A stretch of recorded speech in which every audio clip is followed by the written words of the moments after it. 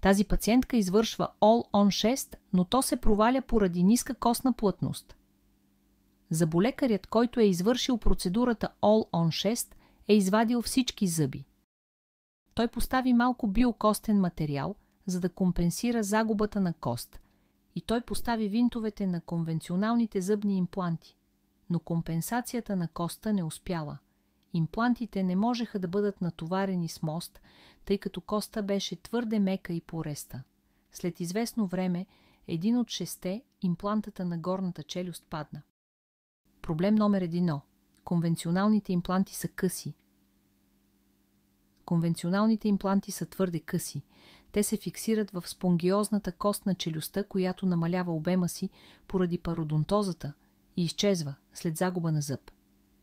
В този случай беше очевидно, че конвенционалните зъбни импланти никога няма да задържат пълен мост и да върнат усмивката на тази пациентка.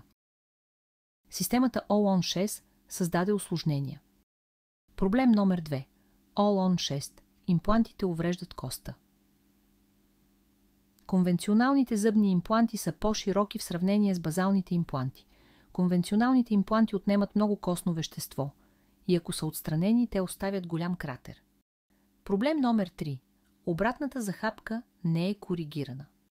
Пациентката има обратна захапка поради липсващите зъби.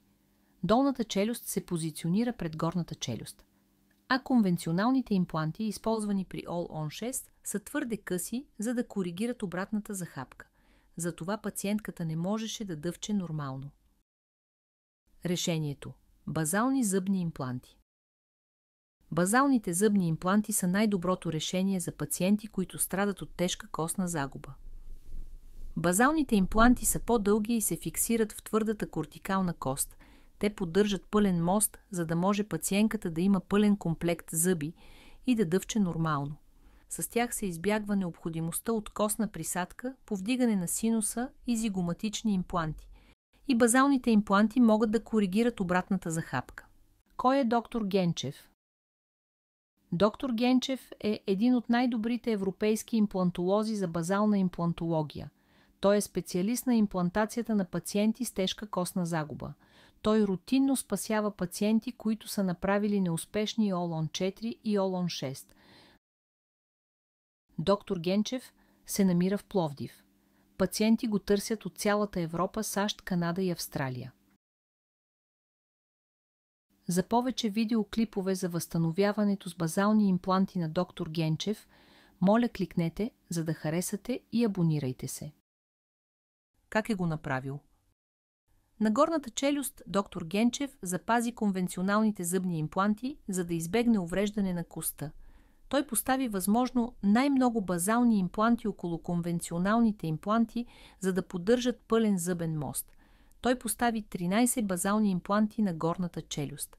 Те са фиксирани по-дълбоко в твърдата кортикална кост, за да осигурят стабилност на моста. Базалните импланти са разположени под носа, където коста е най-твърда и зад дясния синуса.